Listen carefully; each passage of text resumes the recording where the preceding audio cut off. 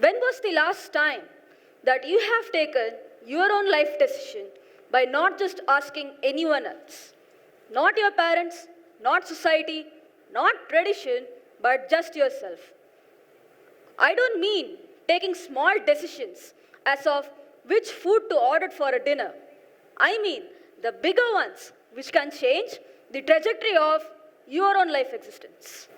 How many of you know a woman who is highly educated, has degrees, has certifications, but yet struggles within herself to lead a better life by asking permission with others? Chances are you might not just know one, chances are you might be the one. We usually see the statistics of female graduates and pat ourselves on the back. But today, I just want to tell you the quite a bitter truth. The truth is that many women are empowered. Many women are educated, but not empowered. We are literate, but not liberated. Growing up, I was given a very simple formula to achieve freedom. That is, to get a job and to study well, then you will be considered as independent. I followed that same path perfectly. I was considered to be the textbook definition of being a very good girl, the one who lines the inside the lines. But understanding early on that her primary currency in this world is obedience masquerading as discipline. At 15, I chose science not because I had so many questions about the universe, but just because it was approved. Now, you may have this question in your mind. Even though I hated science, but I still prefer to be in tech. Why is it so? The answer to this question is, most people mix up science as a school stream with science as a way of thinking. Let me elaborate on this. That is, I never disliked learning. I disliked for not giving me a choice. Liking science as a school subject and succeeding in a technology-driven field are two different things. Because in school, the definition of science means to simply memorize the definitions, formulas, equations, and simply writing those in the exams under the timely pressure. We follow one particular syllabus, and for that particular syllabus, there will be only one particular answer for each. But for the technology-driven field, it promotes the quote, famous quote, that is, a person should know how to think rather than what to think. The term how to think means that the one who actually improves by thinking which one is perfect for him. That is, the term how to think promotes collecting the ideas, analyzing the evidences. Also, it promotes the ability to think critically in an independent manner. Whereas the term what to think promotes someone who tells you, like, you should follow this type of conclusions and simply accepting for that.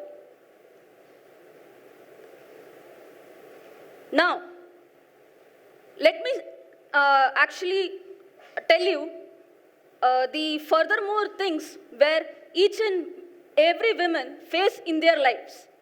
Every woman in this modern era are told that we are having the ability to choose the job which we want to, or so we say. Let's check at the fine print of that contract. So, when she works too lot, then she is considered as if she is neglecting her family. We ask, who will take care of the household chores? Whereas we never ask a man who is working so late. If she chooses not to marry, then she is considered to be selfish.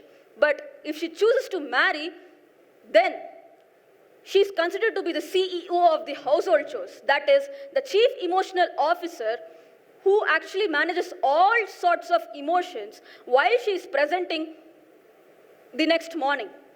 She may choose or may not choose to have children, but still, she keeps on endlessly justifying to the strangers as if they have the right over her decision. So, these do not come from neutral choices. They come from social penalties. They come from guilt tax.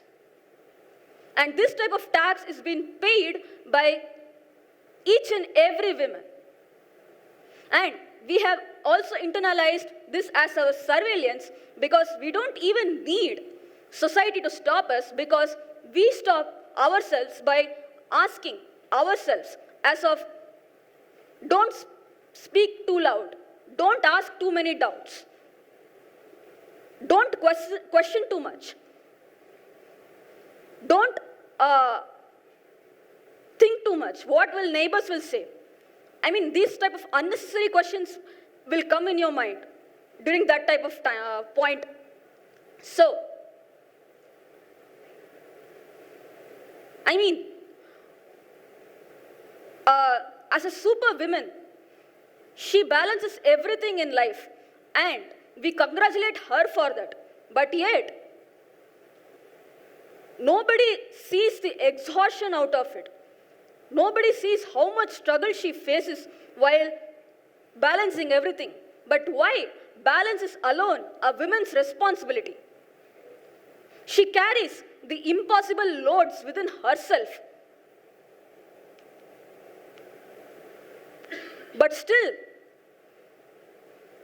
there is no one to see the pain of her.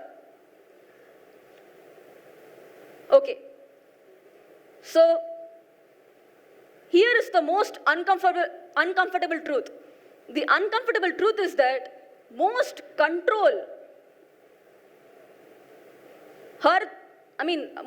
people control their thoughts to a woman by not through a force, but through a expectation.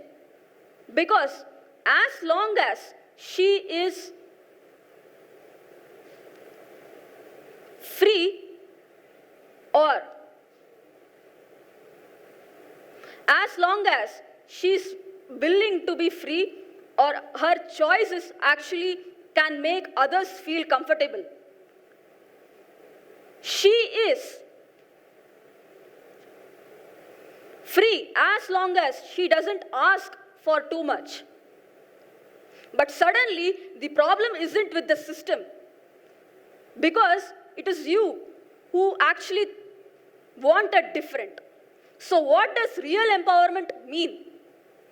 Is degrees and certificates are really the real empowerment thing? The answer is no. Actually, the real empowerment promotes the presence of choice and absence of fear to make one. Real empowerment gives you the ability to define success on your own terms. And even though it might face a failure to others, it gives you the audacity to be loud, to be free, to be wrong, to be unsure. Also, education teaches women what is possible, whereas empowerment teaches what is permissible. An educated woman from any part of the country, she might be either from a high-rise family, she might be either from a rural village, she is not empowered unless and until she asks permission with others. So we should stop measuring progress through degrees, and we should start measuring progress through freedom. Well, that's the real empowerment, that's the true liberation, and that is the only choice which matters. Thank you.